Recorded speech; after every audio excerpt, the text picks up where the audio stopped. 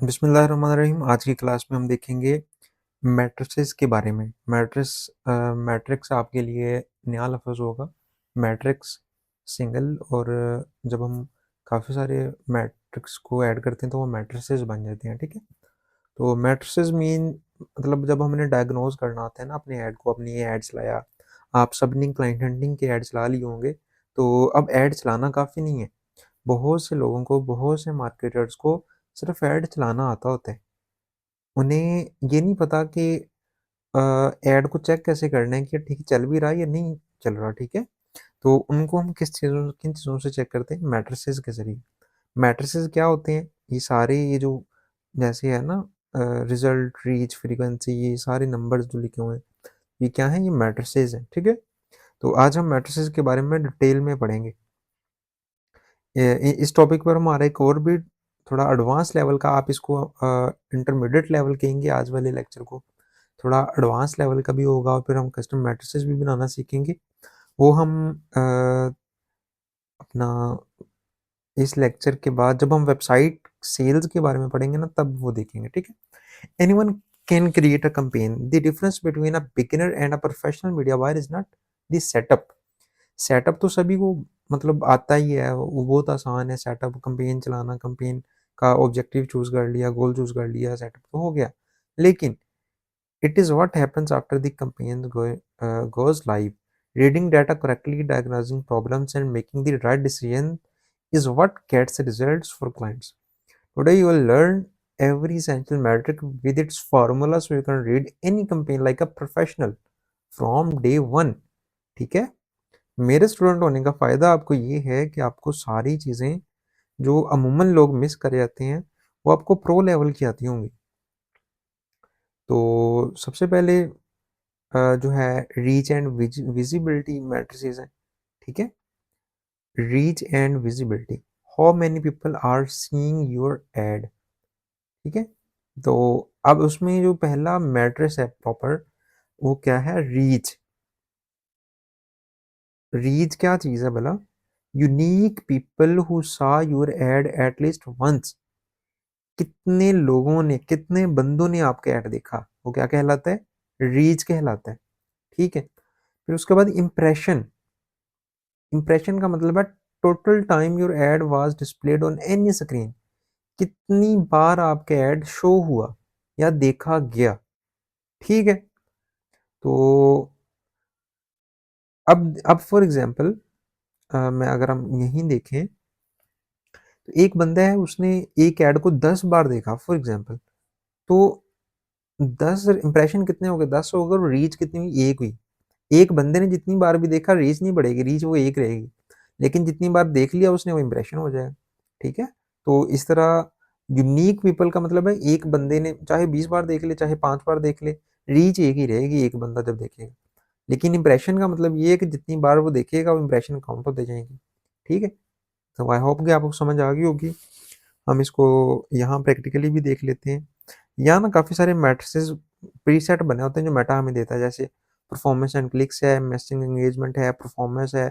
आपके मोस्टली आपका सिर्फ परफॉर्मेंस सिलेक्ट हुआ होगा, तो आपने इसको अभी मैं परफॉर्मेंस एंड क्लिक कर रहा हूँ। इसके अलावा एंगेजमेंट, डिलीवरी, सेटअप। अगर हम डिस्कवर मोर कॉलम प्रीसेट्स की तरफ जाएँ तो बहुत सारे जो है वो कॉलम्स हैं, ठीक है। तो बहरहाल अभी मैंने किया हुआ है परफॉर्मेंस एंड क्लिक्स। तो अब यहाँ मैं देखता हूँ रीच कहाँ लिखी हुई है। ये देखें 9626 रीच है इस ऐड की, ठीक है। फिर उसके बाद इंप्रेशन कितने हैं? 17,000 इंप्रेशन है, ठीक है। 17,358 बार ये ऐड देखा गया और 9,626 लोगों ने देखा, ठीक है। तो रीच और इंप्रेशन की समझ आ गई है। अब आते हैं नेक्स्ट फ्रीक्वेंसी पर। एवरेज टाइम ईच पर्सन सा यूर एड। एक बंदे ने कितनी बार आपका ऐड देखा, वो क्या कहलाएगा? फ्रीक्वेंसी, ठीक है। यानी अगर हम इंप्रेशन को रीच पर डिवाइड करेंगे ना तो क्या कहलाएगा? वो फ्रीक्वेंसी। तो जो फ्रीक्वेंसी है वो कितनी होनी चाहिए? अगर 1 से 2 है तो इट्स मीन हेल्दी है, ठीक है। अगर 2 से 3 के दरमियान में है, यानी एक बंदे ने आपका ऐड 2-3 बार देख लिया, तो हम उसको थोड़ा कंसिडर करेंगे। अब देखें 1 से 2 है, यानी 2 से कम है, 1 से ज़्यादा है, दैट्स फाइन। 1 से तो ज़्यादा ही होगी ना, 1 से तो कम हो नहीं सकती। कम से कम एक बंदा एक बार भी देखे तो 1 फ्रीक्वेंसी हो जाएगी। एक बंदा 2 बार देखेगा तो 2 फ्रीक्वेंसी हो जाएगी, ठीक है? एक बंदा कितने बार ऐड देखता है, वो फ्रीक्वेंसी कहलाती है। तो अब देखें, एक बंदे ने 3 बार देख ली, 4 बार देख ली, 4 से ज़्यादा बार देख ली, वो मतलब हमारी पोस्ट या जो हमारा ऐड चल रहा है, 4 बार देख लिया। अब उसके बाद भी वो बाय नहीं कर रहा, वो हमें मैसेज नहीं कर रहा, ठीक है? हमें रिज़ल्ट नहीं आ रहा, तो ज़ाहिर बात है, इट्स मीन फ्रीक्वेंसी जो है ना, हम इसको सेट करेंगे, यानी हम अ, फ्रीक्वेंसी जो है, लो हम हमारे जो ऑडियंस है वो ठीक नहीं है। हमारी ऑडियंस ऐड को देख तो रही है, लेकिन वो कन्वर्ट नहीं हो रही, ठीक है? तो बार-बार, या फिर दूसरी बात ये है कि मेटा जो है वो नए और लोगों तक जाना जो है वो छोड़ गया है। जिन लोगों ने पहले ऐड देखा हुआ है उन्हीं को दिखा रहा है। तो इसलिए हम कंसिडर करते हैं कि 2 से कम ही हो फ्रीक्वेंसी।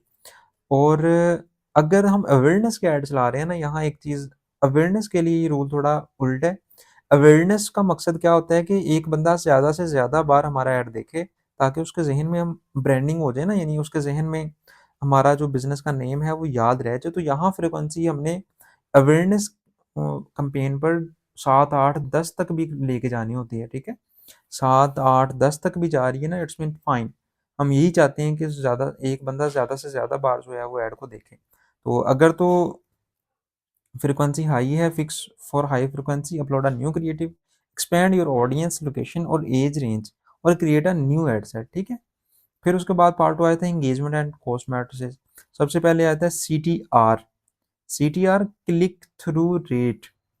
इसको मैं आसान लफ्ज़ों में बताता हूँ। अच्छा, पहले तो पढ़ लेते हैं। Percentage of people who clicked after seeing your add. CTR जो है ना, हमेशा परसेंटेज में होता है, ठीक है? सीटीआर को मैं सादा लफ्ज़ों में अगर बताऊँ ना आपको, 100 बंदों ने अगर हमारा ऐड देखा, ठीक है? हमारा ऐड 100 बंदों के सामने गया, 100 में से कितने लोगों ने उस ऐड पर क्लिक किया? 100 में से अगर 3 लोगों ने उस ऐड पर क्लिक किया, तो इट्स मीन जो सीटीआर है वो कितना है? 3%। अगर 4 लोगों ने किया तो 4%, अगर एक बंदे ने किया तो 1%, ठीक है? एवरेज होता है, ये परसेंटेज होता है, ठीक है? यानी इसका परसेंटेज कितने। अच्छा, फ्रीक्वेंसी और सीटीआर को भी देख लेते हैं हम इसी ऐड में से।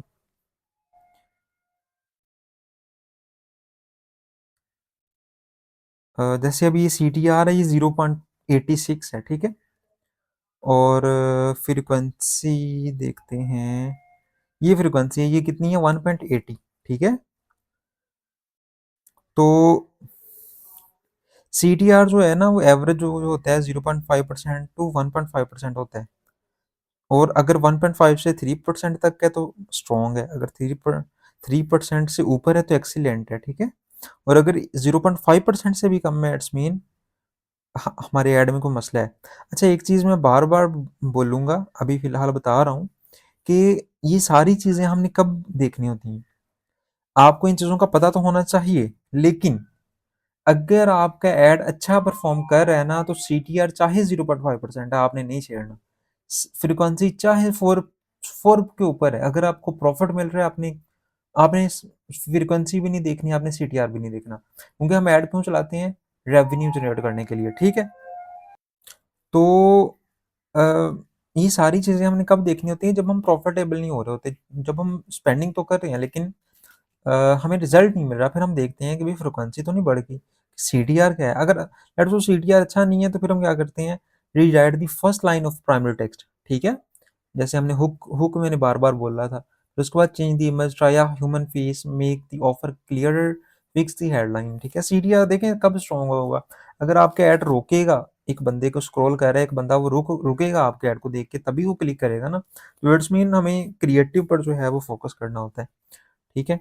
उसके बाद आता है सीपीसी। अब सीटीआर का मतलब क्या है कि 100 में से कितने लोगों ने एक ऐड, मतलब उस ऐड पर क्लिक किया। और सीपीसी क्या है कि वो जो क्लिक किया, उस पर एक क्लिक पर हमें क्या कॉस्ट पड़ी।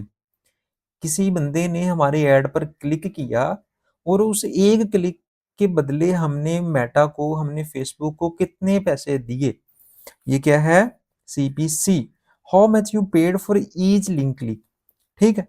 तो CPC is equal to amount spent divide by link clicks. अच्छा, ये फॉर्मूलाज मैंने आपको समझाने के लिए लिखे हुए हैं, मोस्ट ऑफ दी मैट्रिसेस जो है, सारी बातें हम खुद देख रहे हैं साथ साथ। तो मोस्ट ऑफ दी जो मैट्रिसेस हैं वो यहाँ खुद ही बने होते हैं, हमें कोई अलग से फार्मूलाज लगाने की ज़रूरत नहीं होती, ठीक है। अब जैसे सी टी आर है, अब सी टी आर का फॉर्मूला तो ये था कि link clicks divide by impression multiply 100, लेकिन वो तो पहले ही यहाँ लिखा हुआ है, सी टी आर 0.86 है इसका, ठीक है। तो इसी तरह अब सीपीसी जो है, अगर तो 2 से 15, अब देखिए सीटीआर क्या है, सीटीआर जितना ज़्यादा होगा उतना हमारा ऐड अच्छा परफॉर्म करेगा, और सीपीसी एक बंदे के क्लिक करने पर जितने कम पैसे पड़ेंगे, मतलब हमें पड़ेंगे, सारी बात है हम उतने प्रॉफिटेबल होंगे, हमें कम पैसों में जो है हमारा ऐड ज़्यादा लोगों तक जा रहा होगा। तो सीपीसी जो होता है वो कम से कम होना चाहिए, सीटीआर जो होता है वो ज़्यादा से ज़्यादा होना चाहिए, फ्रीक्वेंसी जो है वो एवरेज होनी चाहिए। अच्छा, अब सीपीसी की बात करें तो 2 से 15 एक्सीलेंट है, 15 से 30 एवरेज है, 30 से 50 बहुत महंगा है भाई, और 50 प्लस इट्स मीन अभी हमने जो है कुछ स्टेप लेने हैं। अगेन मैं वो वही बात करूंगा, अगर हम प्रॉफिटेबल हैं तो फिर हम इन चीज़ों को नहीं देखेंगे, अगर हम प्रॉफिटेबल नहीं है फिर हम इन चीज़ों को देखेंगे। अगर हमारा सीपीसी बहुत हाई आ रहा है, इट्स मीन हमने क्या करना है, क्रिएटिव इम्प्रूव करेंगे to reach CTR, CTR better होगा तो जो हमारी सीपीसी है वो सारी बातें कम हो जाएगी, cost per click. Also broadening your audience, ठीक है। फिर उसके बाद है सीपीएम। सीपीएम का मतलब है 1000 बार ऐड दिखाने पर हमने कितने पैसे मेटा को दिए, ठीक है। तो अब ये सीपीएम ना डिफरेंट डिफरेंट ऑडियंसेस पर भी जो है वो रिलाई करता होता है, ऐसा नहीं है, ये जो मैंने इधर पाकिस्तान पाकिस्तान के हिसाब से लिखे है, ऐसा नहीं है कि हर मुल्क में ये रेट होगा। मुमकिन है कि यूएस में आप एड्स लाएं तो ये जहाँ पीकेआर 50 है वहाँ यूएसडी 50 यानी $50 का आपको सीपीएम मिल रहा हो। तो सीपीएम का मतलब क्या है कि 1000 बार जब एड दिखाने पर हमें कितने पैसे जो है वो मेटा को देने पड़े, amount spent divide bye impression multiply 1000, ठीक है, दिस इज कॉल्ड सीपीएम। तो अगर तो सीपीएम 50 से 150 तक है तो ये लो कॉस्ट ऑडियंस है, ठीक है। अब देखिए एक ऐड, एक एक नीच है, उस पे 50 5000 ऐड, 5000 ऐड चल रहे हैं, ठीक है। एक ऑडियंस है, सॉरी एक प्रोडक्ट है, उस पर 500 ऐड चल रहे हैं। तो जहाँ 5000 ऐड चल रहे हैं तो सारी बात है वो ऑडियंस इट्स मीन महंगी है, ठीक है। अब ऑडियंस महंगी है तो सारी बात है वो फिर ऑक्शन भी थोड़ा बढ़ के आएगा और हमें जो है सीपीएम महंगा पड़ जाएगा। तो प्रीमियम ऑडियंस की तरफ जब हम जाते हैं, या हम कोई ऐसी प्रोडक्ट की तरफ जब जाते हैं जब जहाँ कंपटीशन बहुत हाई हो या एरिया बहुत छोटा हो, तो फिर वहाँ सीपीएम मोस्टली हाई हो जाता होता है। तो अगेन हमने ये देखना है कि अगर हम प्रॉफिटेबल हैं तो हम इन चीज़ों को स्किप कर देंगे, अगर हम प्रॉफिटेबल नहीं है तो फिर हम देखेंगे, हम इनको जो है अगर हम सीपीएम हाई आ रहा है हमारा, सीपीएम हाई होगा, सारी बात है, अगर 50 रुपए में 1000 बंदों तक पहुंच रहे हैं तो, और 150 में 1000 बंदों तक पहुंच रहे हैं तो बड़ा फर्क है, ठीक है। 50 में पहुंच रहे हैं तो जो काम इस 150 ने करना है वो इस 50 वाले पैकेज में समझ ली 3 बार हो जाना है। तो अगर 50 सीपीएम होगा तो 150 में हम 3000 बार हम ऐड दिखा देंगे, ठीक है। अगर हम सीपीएम की बात करें, यहाँ सीपीएम भी लिखा होगा, ये है सीपीएम, ठीक है। मुझे कॉस्ट पर 1000 इंप्रेशन यानी 124 रुपये का मुझे तकरीबन जो है वो पड़ा है सीपीएम, ठीक है। तो सीपीएम अगर हाई हो तो broaden audience, CPM rises when audience is too narrow, also check placement mix. अब रील्स एंड स्टोरीज में सीपीएम थोड़ा कम होता है फीड की निस्बत, ठीक है। फिर उसके बाद आता है रिजल्ट, पार्ट 3 में result and conversion matrices, whether your campaign is actually working. अब ये सारी चीजें जो हैं, ये तो सारी बात है, ये इस सेक्शन के बाद हम देखते हैं। हम रिजल्ट देखते हैं, रिजल्ट क्या है, जो एक्चुअल हमें रिजल्ट आ रहा होता है, जिस मकसद के लिए हमने एड चलाया है, रिजल्ट का तो आप सबको पता है। रिजल्ट अब अगर हम यहाँ देखें तो यहाँ रिजल्ट लिखा होगा, रिजल्ट क्या है, 59 है। अब 59 क्या है, जो हमने गोल सब्जेक्ट जो है चूज किया था, गोल क्या था, मैसेज कन्वर्जेशन, ठीक है।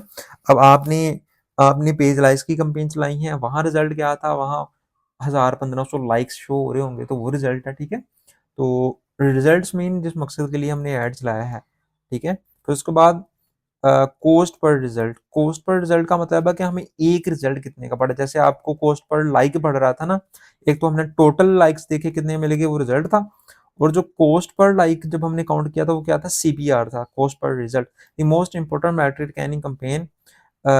जैसे अब यहाँ सीपीआर मेरा कितना है, कोस्ट पर रिजल्ट कितने हैं, मुझे 36 रुपए का एक एक मैसेज पड़ रहा है, ठीक है। यानी टोटल मुझे 59 मैसेज आए और 36.60 जो है एक मैसेज का मैं दे रहा हूँ मेटा को, ठीक है। तो अगर तो सीपीआर बहुत हाई आ रहा है तो चेक सीटीआर फर्स्ट। अब देखें ना, ये सारी अब ऊपर वाली जो चीजें पढ़ के हैं वो यहाँ अब कनेक्ट हो रही हैं। सीटीआर ज्यादा होगा तो जो कोस्ट पर रिजल्ट है सारी बातें कम होगा। अगर अगर सीटीआर हम जो है अगर लो है तो फिर हम पहले तो क्रिएटिव फिक्स करेंगे, फिर उसके बाद अगर सीटीआर अच्छा है तो सीपीआर फिर भी हाई है, फिक्स डेस्टिनेशन, ठीक है। यानी फॉर एग्जांपल आपको कोई मैसेज आता है, आप मैसेज का रिप्लाई ही 5 घंटे बाद 6 घंटे बाद करते हैं तो मेटा को सिग्नल चला जाता है कि इसका ऐड तो अच्छा परफॉर्म कर रहा था लेकिन आगे जो बंदा बैठा है वो रिप्लाई ही नहीं कर रहा। तो वो फिर क्या करता है, वो उसने ऑडियंस अपनी को डिस्टर्ब नहीं करना होता। हम इस चीज़ को बहुत डिटेल में पढ़ के आए हैं एल्गोरिदम वाले सेशन में कि मेटा ने अपने यूज़र को कैसे सेटिस्फाई रखना है। तो अब मेटा का यूज़र ही सेटिस्फाई नहीं होगा, उसने ऐड पे क्लिक किया, आपने रिप्लाई ही नहीं किया या आपके क्लाइंट ने रिप्लाई नहीं किया, तो आपका जो सीपीआर है वो बढ़ जाएगा, ठीक है। फिर उसके बाद आते हैं आरओएस। आरओएस भी बहुत ही इंपॉर्टेंट मैट्रिक्स होता है, revenue earned over every rupee spent on ads. ROAS return on ad spend, नाम से ही जाहिर है जितना रेवेन्यू जनरेट किया है और जितनी अमाउंट स्पेंड की है, इनको जब डिवाइड करेंगे तो हमारे पास आरओएस आ जाएगा, ठीक है। तो फॉर एग्जांपल हमने 5,000 स्पेंड किया और हमें 15,000 रुपए की सेल आ गई, तो आरओएस हमारा कितना हो गया, 3 हो गया। अगर आरओएस 2 से कम है तो हम सारी बातें जेब से लगा रहे हैं, ठीक है। फॉर एग्जांपल देखें, आरओएस और आरओआई इन दोनों चीज़ों में फ़र्क है, एक चीज़ को जहन में रख लें। आरओएस का मतलब ये है कि हम हमें रिटर्न एड स्पेंड पर क्या रिटर्न मिल रहा है। अगर ये 15,000 का रेवेन्यू जनरेट हुआ है ना, ये रेवेन्यू है, ये प्रॉफिट नहीं है। आई होप कि आपको प्रॉफिट और रेवेन्यू में फ़र्क का पता होगा। रेवेन्यू एक लमसम एक से मतलब जो हमें हमारे पास पैसा है ये वो होता है। अब इसमें से हमने होम डिलीवरी की कॉस्ट भी निकालनी है, इसमें से हमने जो है वो अपनी अगर लेबर है उसकी कॉस्ट भी निकालनी है, बहुत सारी हैं, प्रोडक्ट की कॉस्ट है, सारी चीज़ें माइनस करके हम देखेंगे अपने 5,000 लगा के। ये तो नहीं है कि 5,000 लगा के 5,000 ही हमें वापस आया, या इवन सारे खर्चे निकाल के जनाब 5,000 लगा के हमें प्रॉफिट जो है वो 2,000 हुआ, तो फिर तो हम लॉस में है ना। आरओएस तो हमारा तब भी 3,000 ही होगा, लेकिन प्रॉफिट एंड आरओएस ये दोनों चीज़ें मुख्तलिफ हैं, यानी रेवेन्यू, ठीक है। तो अगर तो 2 से कम है लूजिंग मनी है, अगर 2 से 3 तक है तो फिर ब्रेक इवन है, यानी ब्रेक इवन का मतलब है कि ना फ़ायदा है ना नुकसान है। अगर 3 से 5 है तो प्रॉफिटेबल है और अगर 5 से ऊपर है तो स्केल इमीडिएटली लेवल पर हम होते हैं, यानी हम स्केलिंग की तरफ जाते हैं। आरओएस की अगर हम बात करें, मैं आरओएस आपको इस एड अकाउंट में दिखाता हूँ।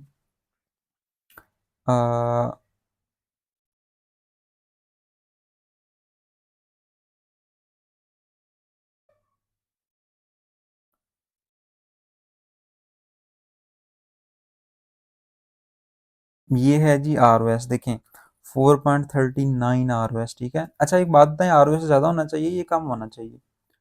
तो यकीनन ज़्यादा होना चाहिए। आरओएस जितना ज़्यादा होगा इट्स मीन हमें रेवेन्यू उतना जनरेट हो रहा है, ठीक है। जितना आरओएस है ना उसको समझ लें मल्टीप्लाई करना है हमने एड स्पेंड से, तो उतना हमारा रेवेन्यू है। तो अच्छा अब देखें ज़रा मैं आपको यहाँ, अब ये जैसे ये ना ये वाला आरओएस कितना है, 11.23, ठीक है। अब इसमें चेक करें ज़रा हमने सेल कितनी निकाली, 39 लाख यानी तकरीबन 3.9 मिलियन। और एड स्पेंड कितना किया, 3,53,000, यानी 3,53,000 हमने स्पेंड किया और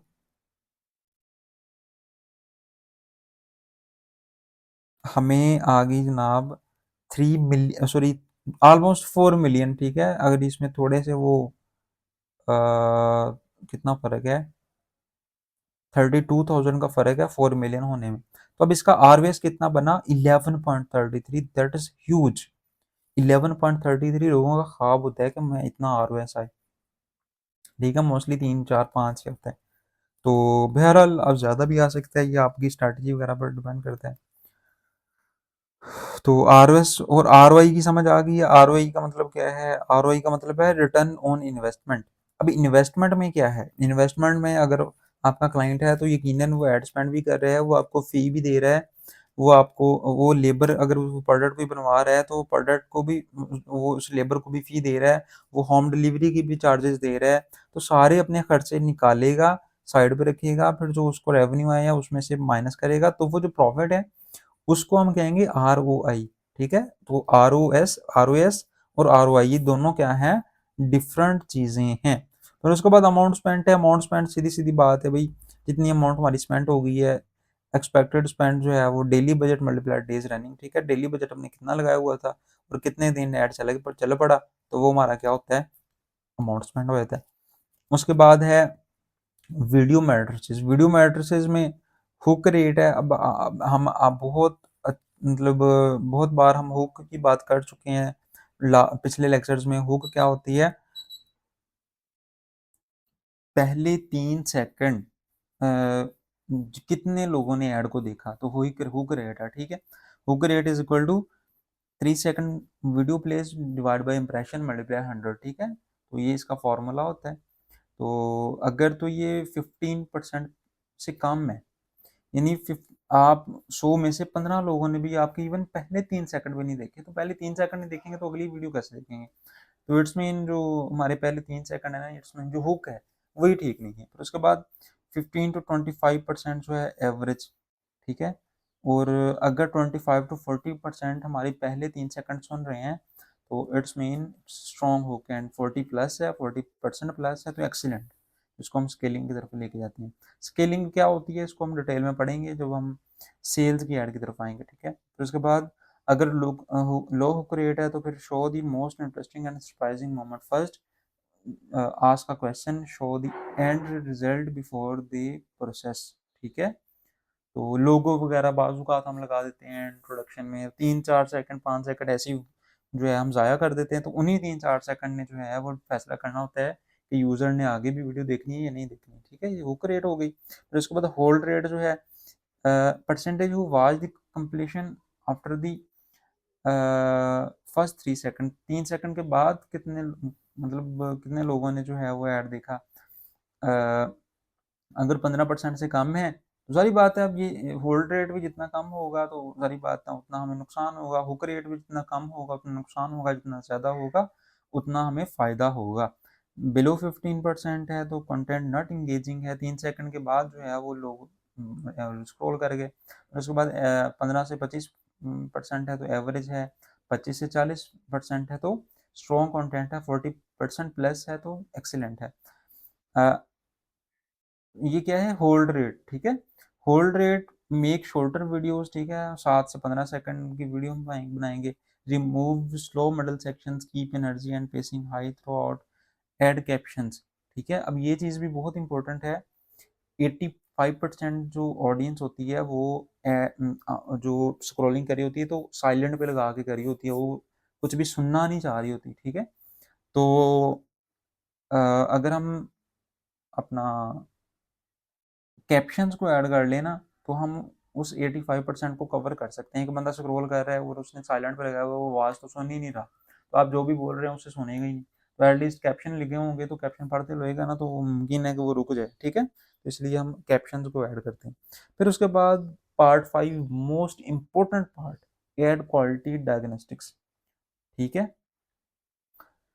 मेटास 3 स्कोरिंग सिस्टम, आपको याद होगा कि आप हमने ना क्लास नंबर 6 में एक फॉर्मूला पढ़ा था टोटल वैल्यू का। Total value is equal to bid multiply estimated action rate is, sorry, bid multiply estimated action rate plus ad relevance, ठीक है। तो दीज 3 क्वालिटी स्कोर्स, ये सारी चीज़ें मिलकर ऑक्शन में हमें जिताती थी।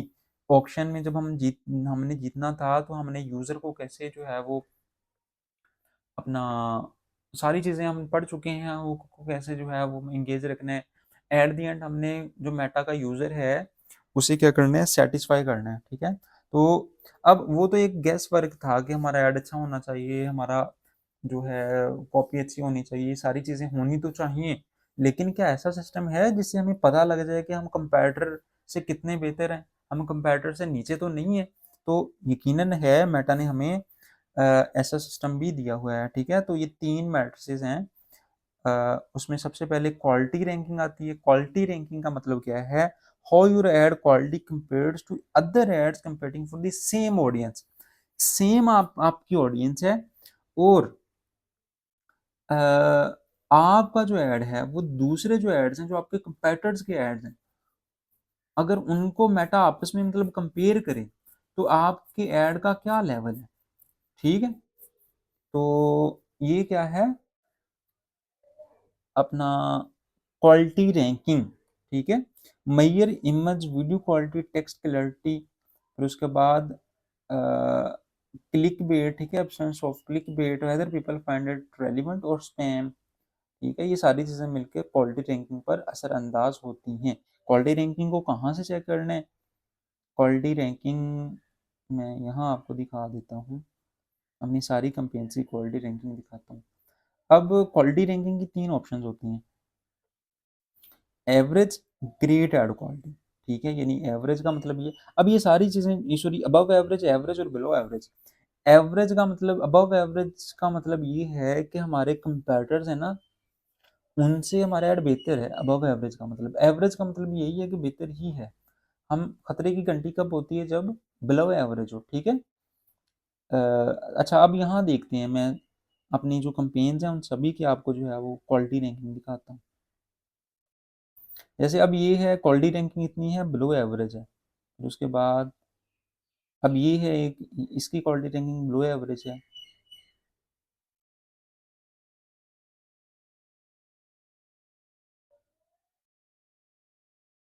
इसको मैं सेलेक्ट नहीं कर रहा, आप देखते हैं। अच्छा, बिलो एवरेज है, एवरेज है, एवरेज है, बिलो एवरेज है, ठीक है, एवरेज है। अब जहाँ बिलो एवरेज है ना, वहाँ लिखा भी हुआ है कि 35% ऑफ एड से नीचे हमारा ऐड चल रहा है, ठीक है।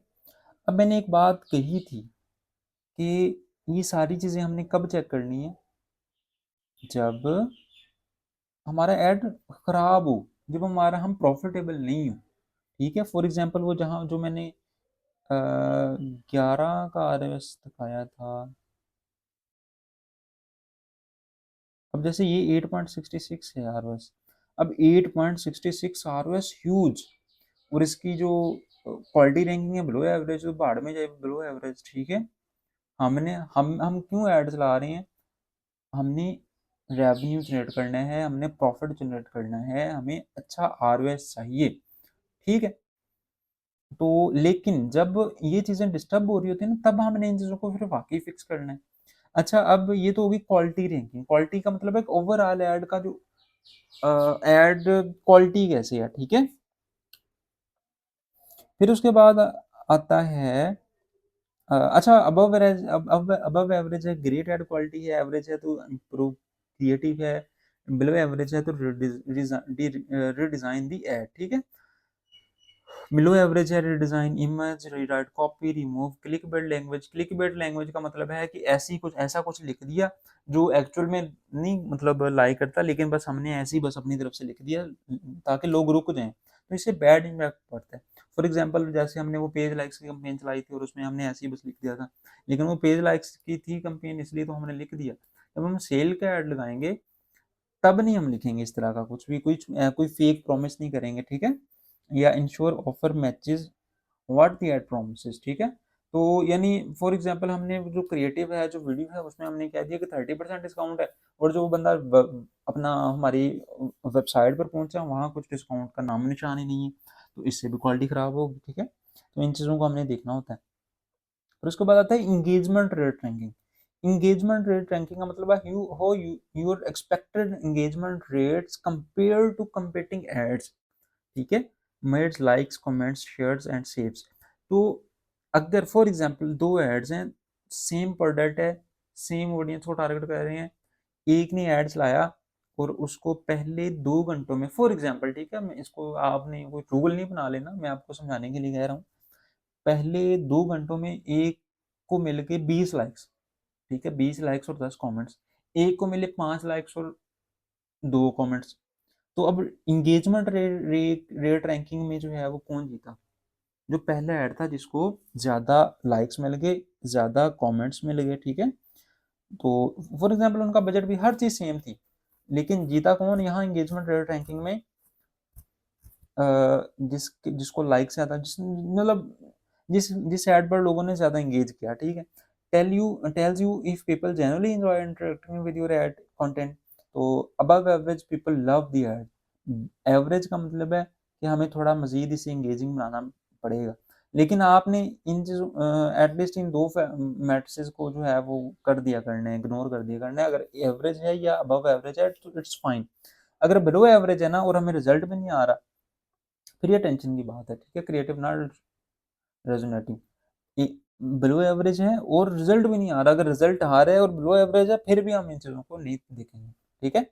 तो बिलो एवरेज फिक्स कैसे करना है? Make copy more relatable and conversational, ठीक है। हमने कोई ऐसा सवाल पूछ लेना है, आस्क अ क्वेश्चन, कुछ ऐसा पूछ लेना है जिससे जो बंदा है वो रोक के जो है ना, हमारे हमें कोई कमेंट दे जाए, ठीक है। तो इससे हमारी इंगेजमेंट रेट रैंकिंग बढ़ जाती है। अब हम इंगेजमेंट रेट रैंकिंग जो है वो देखते हैं। क्वालिटी रैंकिंग देख ली थी, अब इंगेजमेंट रेट रैंकिंग में एवरेज है, एवरेज है, अबव एवरेज है, एवरेज है, एवरेज है, ठीक है, एवरेज है, एवरेज है। तो ये थी इंगेजमेंट रेट रैंकिंग। फिर उसके बाद conversion rate ranking, how your expected conversion rate compare to ads with the same objective and audience, measures how likely people who click are to complete the desired action after clicking, ठीक है। यानी basically अब इसकी मैं example again एक सादा लफ्जों में देता हूँ। एक बंदे है, उसकी सेम प्रोडक्ट है, सेम ऑडियंस है, सेम बजट है। एक बंदा है, उसने ऐड चलाया, उसको पहले 6 घंटों में लेट्स सपोज 2 ऑर्डर मिल गए। एक बंदा है, उसने ऑर्डर मतलब उसने भी एड चलाया, हर चीज सेम है, कोई फर्क नहीं है, लेकिन उसको एक ऑर्डर भी नहीं मिला। तो कन्वर्जन रेट रैंकिंग में कौन जीता? अबव एवरेज या एवरेज भी कौन होगा? जिसको सेल है। तो सबसे इंपॉर्टेंट हमारा ये वाला जो है वो रैंकिंग फैक्टर होता है। ये दोनों चीजें जो होती हैं, ये दोनों चीजें क्वालिटी रैंकिंग और एंगेजमेंट रैंकिंग, ये समझ लें इस पर रिलाई कर रही होती हैं, ठीक है। यानी ये इसी के लिए कन्वर्जन, हम सारा काम कर ही किस लिए रहे होते हैं? हम फिर सीटीआर, सीपीसी, सीपीएम, सारी चीजें चेक ही क्यों कर रहे होते हैं? कि हमारा कन्वर्जन रेट जो है वो बेहतर हो जाए। How your expected conversion rate compare to ads with some same objective and audience, measures how likely people who click are to complete the desired action after clicking, ठीक है। अगर अबव एवरेज है तो स्ट्रॉन्ग पोस्ट क्लिक एक्सपीरियंस, अगर average है तो improve destination, अगर below average है fix fix post click urgently, ठीक है। तो अब हम अगेन जाते हैं, अब चेक करें जरा, क्वालिटी रैंकिंग जो थी इसकी बिलो एवरेज थी, लेकिन कन्वर्जन रेट रैंकिंग क्या थी? Above average. तो हम कंसिडर नहीं करेंगे क्वालिटी रैंकिंग को, हमें तो कन्वर्जन चाहिए ना। फिर उसके बाद यहाँ देख लें, यहाँ बिलो एवरेज है और conversion rate ranking above average है। फिर उसके बाद यहाँ क्वालिटी बिलो है, एंगेजमेंट जो है अबव एवरेज है, और conversion rate ranking again above average है। Below average, average, above average, above average. तो हमारा कन्वर्जन रेट रैंकिंग जो है वो नहीं बिलो एवरेज जा रहा है ना, तो इट्स मीन हमारा यार ठीक चल रहा है। तो again again again I will repeat कि हमने क्या करना है, हमने एड्स क्यों चलाए हैं, हम ये सारी टेंशन क्यों ले रहे हैं। हमने बिजनेस जनरेट करना है, हमने रेवेन्यू जनरेट करना है, हमने प्रॉफिट जनरेट करना है। अगर अगर ये सारे ही बिलो एवरेज आ जाएं और हमारा क्लाइंट प्रॉफिटेबल है, तो इन सारे जो मैट्रिसेस हैं उनको हमने देखना ही नहीं, ठीक है। अगर तो भाई मैं क्लाइंट आपको आपको कह रहा है ना कि ऐड चल रहा है, स्पेंडिंग हो रही है, सेल नहीं आ रही, फिर आप आएंगे, आप देखेंगे इन सारी मैट्रिसेस को, ठीक है। तो this is the hall scenario. उसके बाद ये हमारे जो ओवरऑल रैंक मैट्रिसेस हैं वो क्लियर हो गए हैं। उसके बाद कुछ सजेशंस हैं। Not check your campaign 10 time a day, आपने बार-बार जो है वो चेक नहीं करनी। देखें डाटा जो है ना, डाटा को 3 दिन लगते हैं स्टेबल होने में। आप कम से कम एल्गोरिदम को 5 से 7 दिन दें, 5 से 7 दिन दें, ताकि वो आपकी राइट ऑडियंस तक पहुँचे, ठीक है? और अगर बाज़-औक़ात अगर आपका कोई इश्यू हो भी, अगर आपका रिज़ल्ट अच्छा नहीं आ रहा, तो फिर आप सीटीआर जो है वो चेक करें। अगर 1% से कम है तो क्रिएटिव फिक्स करें, अगर सीटीआर अच्छा है, सीपीआर फिर भी हाई है, तो आप पोस्ट क्लिक एक्सपीरियंस को बेटर करें, WhatsApp speed, form design, website landing page speed, ठीक है? इस वेबसाइट के मतलब हम आगे बढ़ेंगे, तो ये सारी चीज़ें जो हैं आपने देखनी हैं। अगर देखें, अगर 3-4 दिन के अंदर अंदर आप बार-बार आप 6 घंटे ऐड चला, कोई रिज़ल्ट नहीं आया, आपने कुछ चेंजेस कर दिया, आपने ऑडियंस में चेंजेस कर दी, तो वो 6 घंटे भी स्किप हो जाएँगे, फिर ज़ीरो से स्टार्ट हो जाएगा और लर्निंग फ़ेज़ में फिर चला जाएगा। तो मेटा ने हर कैंपेन को लर्निंग फ़ेज़ से गुज़ार के फिर मैच्योर करना होता है, ठीक है? लर्निंग फ़ेज़ में मेटा ने क्या करना होता है, राइट ऑडियंस तक पहुँचने की कोशिश करनी होती है। तो लर्निंग फ़ेज़ में आप जितना डिस्टर्ब करेंगे, मेटा आपको उतना डिस्टर्ब करेगा, ठीक है? तो आई होप कि आज का जो लेक्चर है उसकी आपको समझ आ गई होगी, बड़ा मज़े का लेक्चर था। आपने जब भी कैंपेन चलानी है, आपने इन चीज़ों को देखना है और अपनी कैंपेन को जो है वो चेक करना है। ये जो चीज़ें हैं ये आपको मार्केट में यूनिक बनाएगी। बहुत से लोगों को इन चीज़ों का बिल्कुल नहीं पता। अपना बहुत सा ख्याल रखिएगा। अल्लाह हाफ़िज़।